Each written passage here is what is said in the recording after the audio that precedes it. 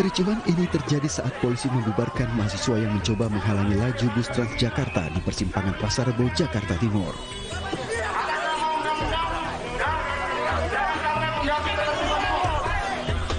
Polisi kemudian mengamankan mahasiswa dan membawanya ke dalam truk.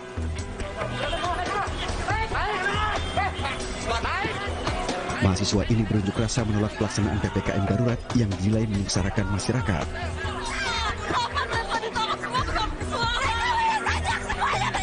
Mengetahui ada rekannya diamankan polisi, mahasiswa yang lain pun meminta agar dibebaskan.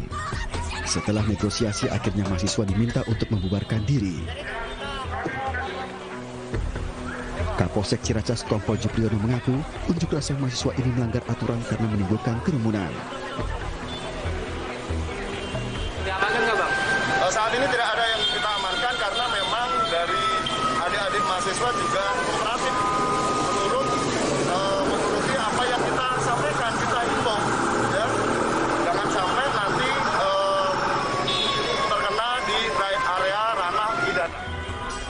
Setelah aksi bubar, arus lalu lintas di Pasar Rebo kembali lancar.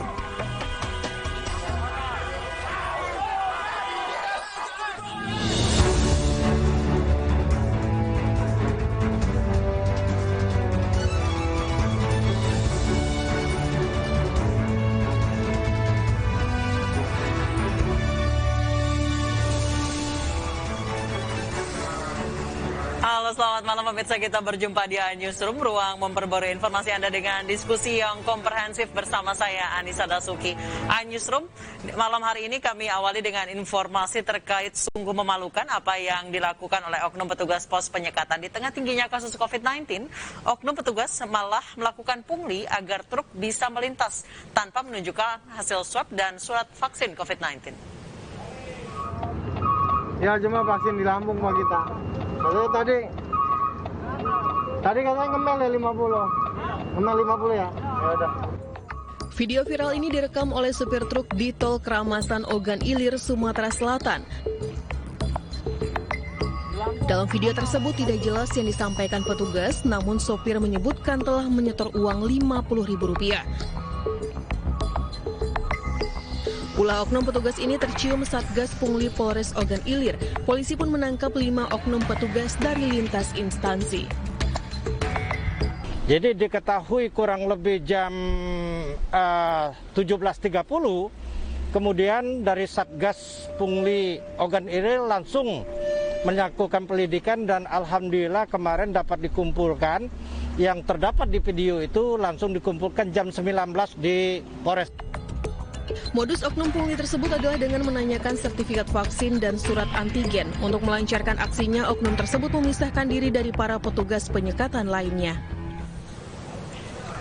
Pemirsa, seorang pria ditemukan meninggal dunia di kontrakannya di Saranggagak, Kota Padang, Sumatera Barat dalam posisi duduk. Proses evakuasi jenazah baru bisa dilakukan setelah 2 jam karena warga takut dengan COVID-19. Bahaya ini. Puluhan warga Saranggagak, Kecamatan Kuranji, Kota Padang digegerkan dengan penemuan sesosok mayat di rumah kontrakan. Korban diketahui tinggal sendiri di rumahnya. Korban ditemukan meninggal dunia dengan posisi duduk di bagian dapur rumahnya. Warga pun tidak berani mendekat karena takut terpapar COVID-19. Nggak berani ya? Nggak berani karena kesehatannya, fisiknya kita nggak tahu dalam kesehatan. Riwayatnya ada penyakit atau apa? TBC. TBC ya? Udah komplikasi karena udah riwayatnya penyakit kayak gitu. Kami RT dan warga di sekitar nggak berani untuk mendekati. Evakuasi baru bisa dilakukan setelah 2 jam kemudian oleh petugas kesehatan dari Puskesmas Kuranji. Awalnya kita mendapatkan laporan informasi dari masyarakat. Bahasanya ada temuan mayat di Saranggagak ya. Lalu kita melakukan TKP,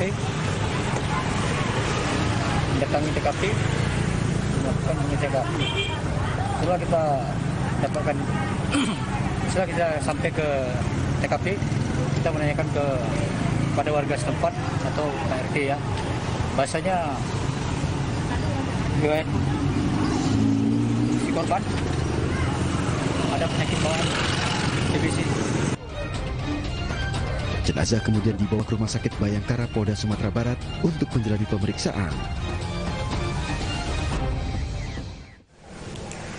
Pemirsa, 5 perawat di Jawa Timur meninggal dunia setelah berjuang melawan COVID-19. Persatuan Perawat Nasional Indonesia meminta institusi memperhatikan jaminan kesehatan dan insentif bagi perawat.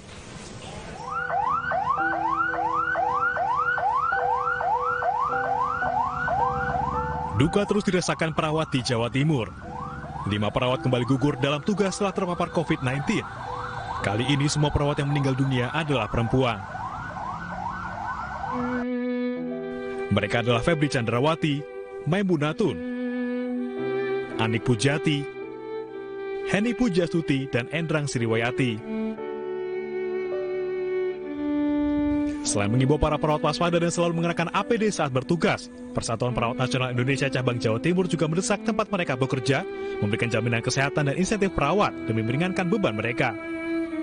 Dan termasuk gaji yang rutin, karena ada beberapa tenaga honorer termasuk tenaga relawan itu yang di satu rumah sakit terutama dari pusat itu yang mulai Januari sampai sekarang belum terbayarkan. Data PPNI Jawa Timur, sebanyak 188 perawat di Jawa Timur gugur selama pandemi COVID-19. Sementara positif COVID-19 lebih dari 4.000 perawat. Puluhan remaja kocar-kacir saat tengah asik bermain futsal di Kabupaten Tangerang, Banten. Mereka dirazia Satpol PP karena melanggar aturan PPKM.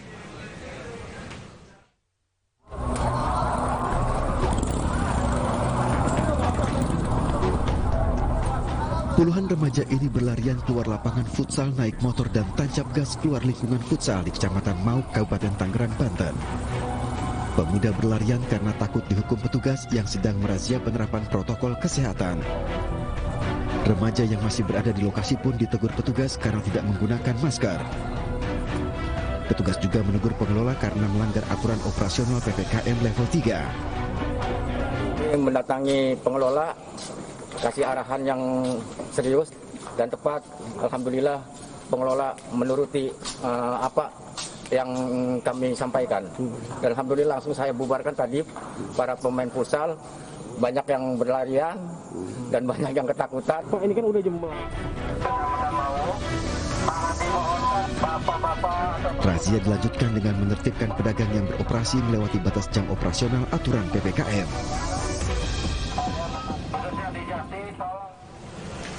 Seorang pria Parubaya di Johar Baru, Jakarta Pusat terluka dianiaya sekelompok remaja. Korban dianiaya karena membubarkan pelaku yang bermain bola hingga lewat tengah malam.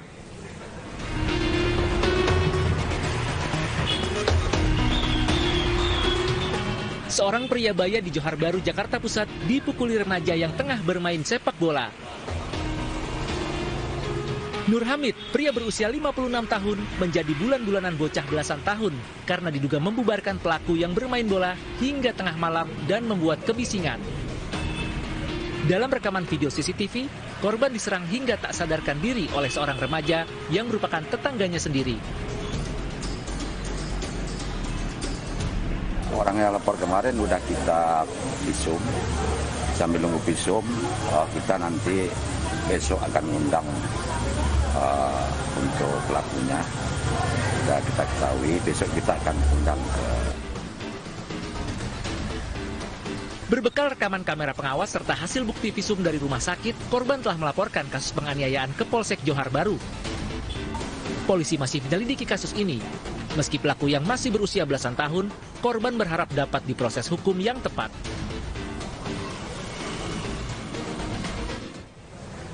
Dan pemirsa, untuk berbincang mengenai kasus ini sudah bergabung bersama kami Didin Komarudin, Ketua RW 01 Johar Baru, Jakarta Pusat. Selamat malam Pak Didin.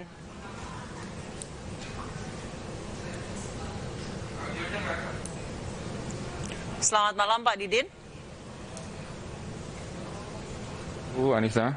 Ya, Pak Didin, sebenarnya kejadian semalam itu seperti apa, Pak Didin? Sampai akhirnya Bapak ini pingsan karena dipukuli oleh remaja. Kejadiannya itu malam takbiran di Idul Adha. Karena malam Idul Adha rame, mungkin orang banyak bertakbiran. Jadi si pelaku ini rombongan anak-anak ini bermain bola di samping rumah Pak Abdul Hamid gitu Pak Bu. Jam 2 malam sampai jam 2 malam karena Pak Abdul Hamid ini terganggu karena Pak Abdul Hamid kan habis terkena COVID, mungkin masa transisi, dia keluar, dia tegur. Nah ini sebetulnya pelaku ini hanya satu orang Bu gitu. Pelaku ini memang cukup meresahkan untuk warga kita juga. Seringkali kita ajak damai di kantor RW, tapi tidak ada efek jerahnya. Mudah-mudahan dari pihak kepolisian untuk menindaklanjuti atas laporan Pak Abdul Hamid secara hukum. Karena kalau diselesaikan oleh wilayah RW dan RT tidak ada efek jerahnya. Karena si pelaku ini bukan sekali dua kali membuat keonaran di wilayah gitu Bu. Anak ini usia berapa Pak? Sekitar 15-an lah gitu. Baik, 15 tahun apakah masih sekolah? Udah tidak. Dia tinggal di sini sama pamannya tinggalnya. Oh, tidak ada orang tuanya ya, Pak ya? Tinggal orang tua laki-laki sudah almarhum. Ya, anak ini memang sering berbuat onar Pak di lingkungan Bapak? Ya, memang sering gitu. Tapi kalau memang susah diatur Bu di wilayah gitu. Tapi memang karena anak ini di bawah umur, kita juga menanganinya agak cukup berhati-hati ya gitu. Mungkin pihak kepolisian lebih tahu lah daripada kita, karena kita anak ini kalau dikatakan di bawah umur tapi keonarannya cukup meresahkan gitu kan gitu. Baik, Pak, ini anak-anak ini bermain bola di masa PPKM darurat sampai jam 2 pagi pula. Apakah ini terjadi hampir setiap malam, Pak? Enggak Bu, kita sudah instruksikan kepada petugas Hansip dan diri saya sendiri kadang-kadang malam patroli. Kalau kita jam 9:30 tidak ada toleran Bu ya untuk bermain bola, untuk kita anak-anak yang kita gebahin. Tapi karena ini malam takbiran, ya mungkin orang bertakbir, ya saya kecolongan juga gitu Bu ini anak-anak. Sebetulnya anak-anak ini yang hanya satu orang, yang lain-lainnya sih tidak ikut-ikutan untuk memukul gitu. Baik, di luar insiden pemukulan Pak, anak-anak ini berkumpul tanpa menggunakan masker, bermain futsal sampai tengah malam. Ini seperti apa pengawasan dari otoritas setempat Pak? Kalau pengawasannya yang ada sekarang ini yang saya lakukan, pengawasan di tingkat RT RW aja yang kita lakukan. Sampai Hansip kita patroli malam, mulai habis Isya kalau ada yang main bola saya liatin, saya toleransi sampai jam 9. Toleransi jam 9 karena gini Bu, di wilayah RW 1 ini tidak ada lapangan, tidak ada sarana main. Libur udah cukup lama Bu, udah hampir 2 tahun ini. Jadi mereka merasa jenuh, merasa bosan. Jadi akhirnya bermain bola lah gitu. Karena tidak ada untuk fasilitas bermain di wilayah kita ini. Baik, saat ini memang fasilitas bermain untuk anak-anak pun ditutup Pak. RPtra dan taman bermain untuk anak-anak ditutup karena masa PPKM darurat. Mungkin itu maksudnya agar anak-anak ini tidak berkumpul walaupun bermain futsal karena lagi PPKM darurat. Untuk Babin Kamtipmas sendiri dan polisi apa suka ikut berpatroli Pak? Ya kadang-kadang, tapi ya nggak setiap hari kan Bu gitu ya, nggak setiap hari. Tapi yang menjadi otoritas kita adalah RT RW, yang menjadi pengamanan wilayah langsung adalah RT RW yang untuk setiap malam, yang untuk gebah-gebahin anak-anak ini gitu. Baik. Sejauh ini memang selalu dilakukan patroli setiap malam, tapi memang anak-anak ini sering berkumpul tanpa masker seperti ini ya Pak ya? Ya mungkin ya itulah sulitnya Bu. Di wilayah kita kan wilayah padat ini ya. Udah kita jelaskan, udah kita namanya anak-anak agak sulit Bu untuk memakai masker ini gitu. Baik, terima kasih Bapak Didin Komarudin RW 001 Johar Baru Jakarta Pusat telah bergabung bersama kami. Pemirsa, usai jeda stok vaksin habis justru saat warga sedang antusias divaksin demi perangi COVID-19. Kami hadirkan pembahasannya usai jeda.